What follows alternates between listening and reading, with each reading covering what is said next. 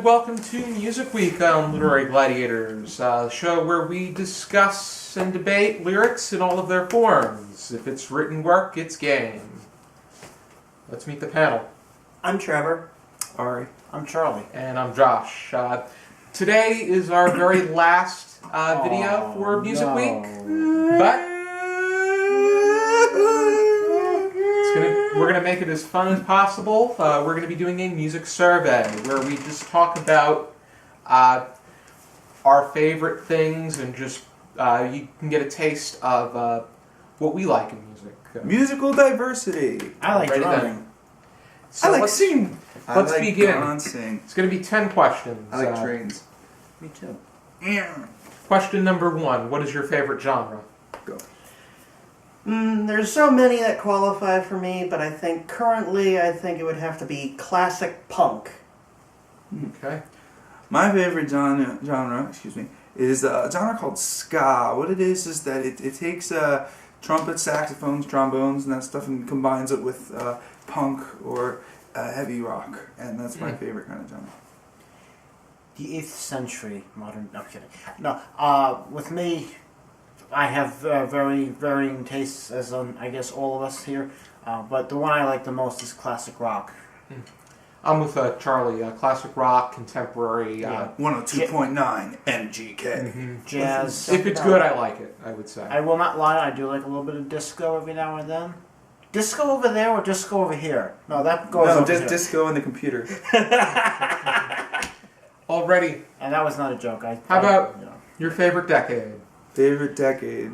Well, I'm gonna go first. So. Favorite decade. 60s. Sure. Why not? I think that's when it was very experimental. A lot of people came up with stuff that was revolutionary to music today. Yes. I think the 60s are my favorite. Oh, God. You got me between 60s and 70s. I can't pick one. I'm going to go with the... Oh, boy. You can go with both. I'm going to go with both, 60s and 70s. I'm going to say the 60s, very much because of, like Ari said, it was revolutionary, and everything positive that can happen to music happened during that time period. It happened, and it all leads back to the 1960s. Yeah, and you know what? A lot of the, with the lyrics back, with the Beatles, I Want to Hold Your Hand. And now today we have... My mom tells me that I Want to Hold Your Hand was first played on her 15th birthday. Mm-hmm. So that was interesting. Mm-hmm. And then you have today's lyrics. And I'm not bashing today's music, but, I do say the 60s were the most revolutionary, and they were really, really good. Yeah. Another decade that I would say is not as... is very, what's the word? It's an underdog. And the 90s. The 90s had a lot of revolutionary and I love the 80s. I love the 80s. But I do like the 60s a little better than the 90s, even though they were both revolutionary. What do you think, Trevor? I was born in the 90s. Maybe it's biased to me, but I think it's a bit of a tri-decade. 60s through the 80s. 60s, as the examples you've cited before. 70s was beginning. The late 60s through the early 80s was a very experimental time. Mm-hmm. It produced artists like Frank Zappa, punk rock artists, even some instrumental artists, composers, Mike Oldfield, Terry Riley, Philip Glass even. Mm-hmm. And the 80s, again, it's biased, that was the decade I came from, had new wave and some... Bossa Nova. Mm-hmm. I think what really killed it was the introduction of the hair bands, which basically sent it to if you'll forgive my ad hominem for a minute, which basically set it back quite a bit. Which is not to say that they're bad. I mean, they're okay in small doses. Mm-hmm. Unfortunately, in the 80s through the early 90s, nobody ever got a small dose. Mm-hmm. Pretty much, I would say. Already then. I like mariachi bands as well. Just That's not a mariachi band! Charlie, this is your next question. I like questions. What was your favorite concert that you attended? The one that I've attended, and there's a story behind this, I'm not going to go into detail, but I personally met Ringo Starr from the Beatles when I know this might, be a shocker to a lot of us here. I don't know if I told anyone. He signed a drumhead for me. I saw a picture. Okay, yeah. So I have, you know, I'm not telling you where I live, but and it is heavily protected. So He let's put it lives that in the way. United States of America. That's a good assumption. Yes, that's a very good assumption. But in Utah. yeah, somewhere around that area, roughly. I flew over private jet. No, please. No, I've actually met Ringo. I was 13, going on 14. Make a wish. Forget. I'll just say it, Make a wish. But you know, I got to step right to the front of the line, limo down. You know, it was a meet and greet real quick. You know, he was going right on, but he made sure that I got that drumhead signed. He made sure that I was able to talk to him for a few minutes. He gave me some sticks. He said, I'll never forget. He said, "Don't ever stop drumming." And I you know, and there's a lot of people out there that bash Ringo for being a quote unquote bad drummer. Well, I mean, which is not. I like Ringo. Yeah, he is actually one of the drummers and a lot of people, you know, who say, "Oh, Ringo is," you know, I'm not going to say what they said, but thanks to Ringo, even though he was a right-handed drummer, what we call as drummers, he led around the drum kit with his left. He's left-handed. He is, but he played right-handed. Mm-hmm. So even though his technique was not as good, but hey, you know what? It's not every day you can say, hey, I played with Paul McCartney, who is now Sir Paul McCartney, who's been knighted, John Lennon, may he rest in peace, George Harrison, may he rest in peace. So here's the thing with Ringo, his singing is also, people say singing's not as good, but I like his singing. Yeah, you know, the singing. There's one song there's one song he did called "Good Night," which I love. Yeah, it's my favorite song by Ringo. Yeah. And also Ringo, you can't. I like the No Song. Yeah. And he can write a good song too. Yeah. Ever listen to the White He Album? is underestimated. Don't Pass Me By is one of his earlier If you tunes. wanna sing the blues and you know. And then Yes. Don't Come Easy, Yeah. which was written by George Harrison. Yeah. Mhm. But also Ringo, he is an underestimated drummer. He's one of my favorites.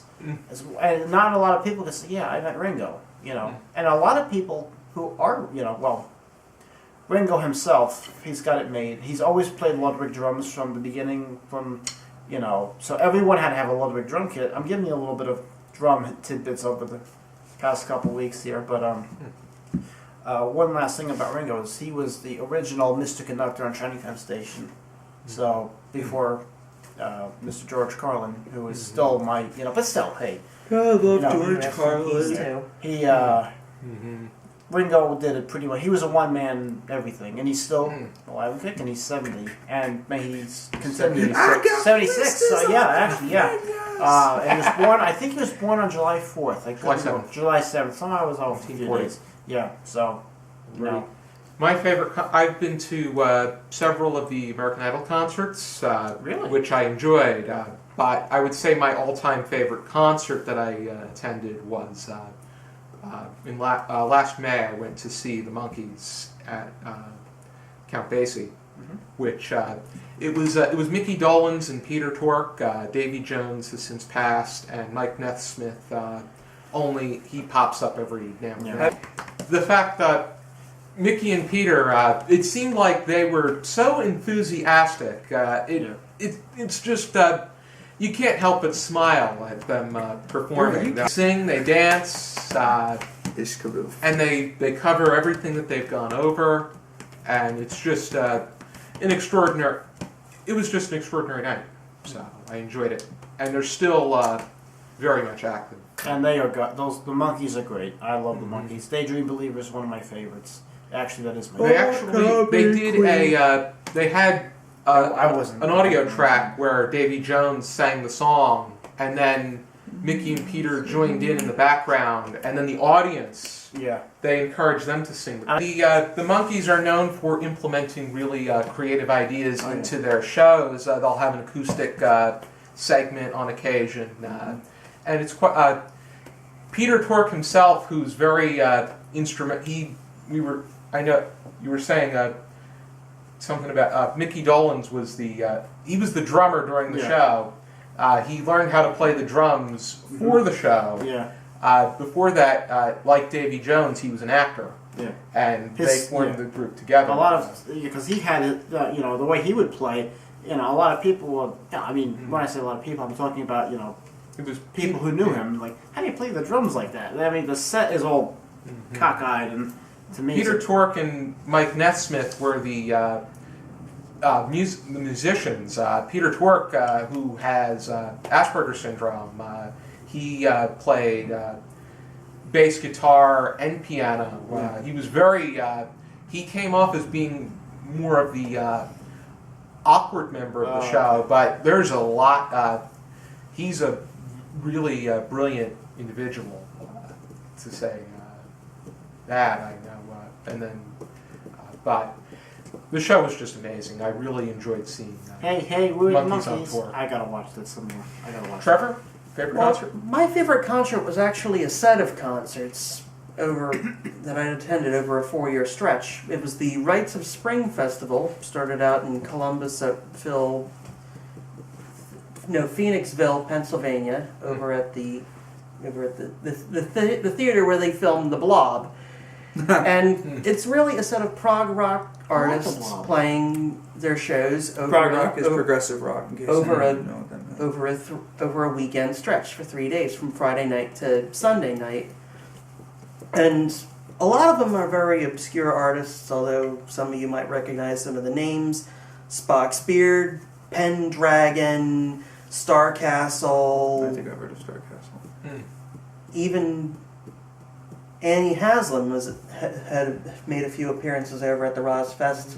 But I think out of all those performances, my personal favorite year was the 3rd year that I'd went, their 4th Rozfest.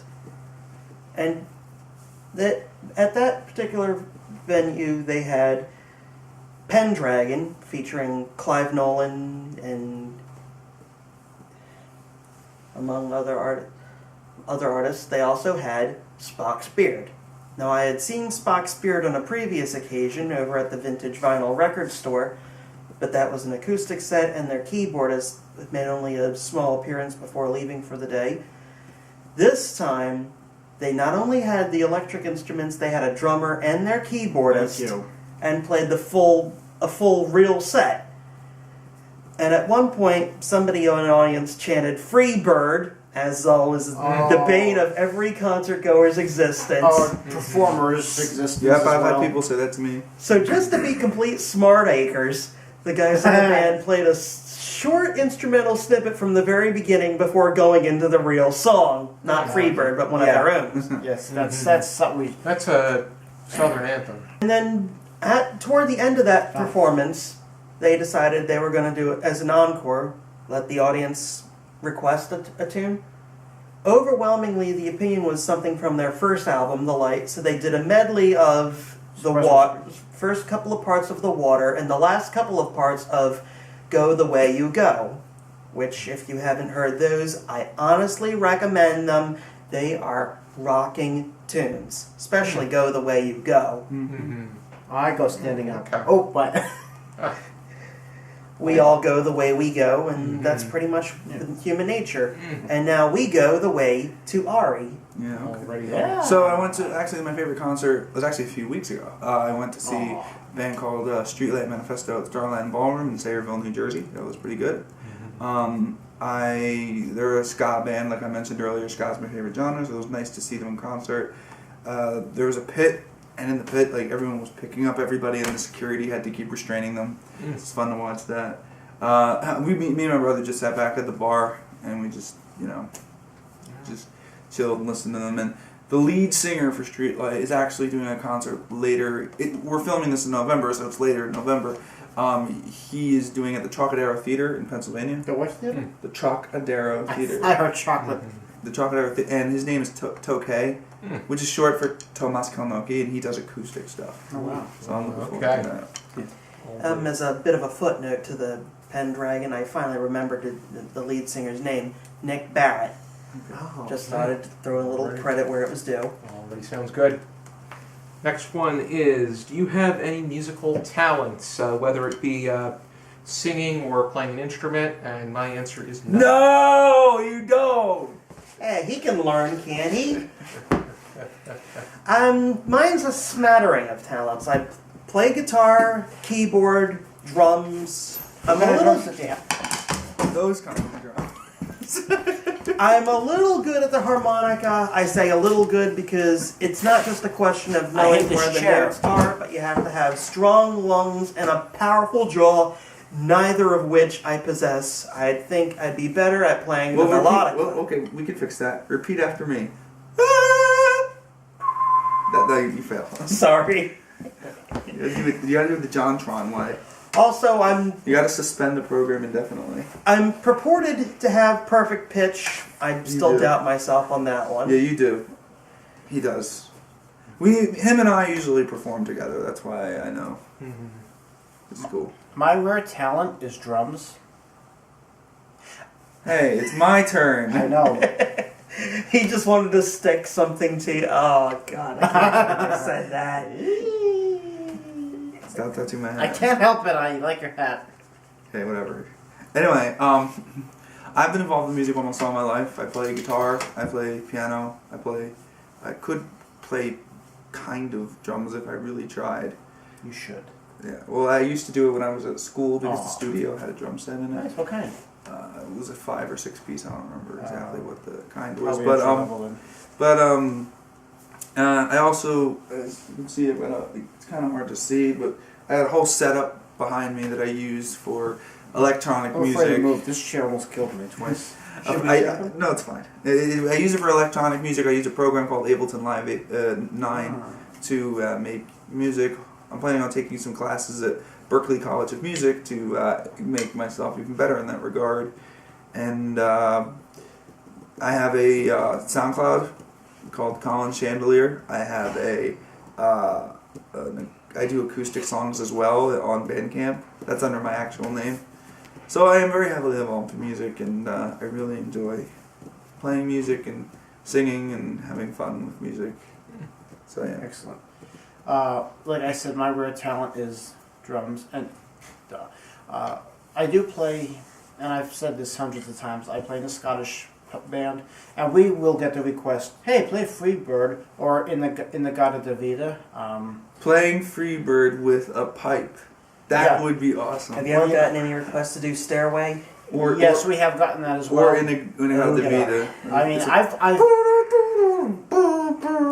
bagpipes aren't going to sound like that. I know. I can't do it any better. I know, than that. but anyway, I've performed more than I've gone to concerts.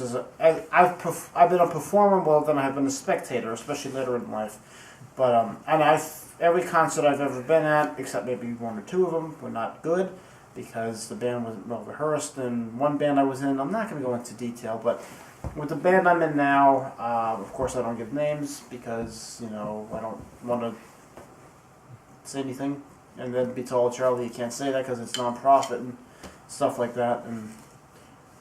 But no, drumming is some. My grandfather was a drummer. He passed it on to me. He actually, the year he passed is when I started to drum, and I picked up the sticks by 6 years old. And someone said, get the kid some lessons. He's actually pretty darn good. By age 9, I was taking lessons with the drummer. The man I studied with, he was actually the studio drummer for the band in the 1970s from Manhattan Transfer. So I went to the house. My mom said, we're leaving. I said, no, I'm staying. He has so many drums in his house. He has 3 bedrooms. Now, this was a while ago, but we would actually go upstairs and have drum wars. He would say, Charlie, you've done so well with your practicing. You always wanted to go upstairs and play those huge DW drums. Go ahead, let's go upstairs. We'll go up. And he would sit behind a 4-piece.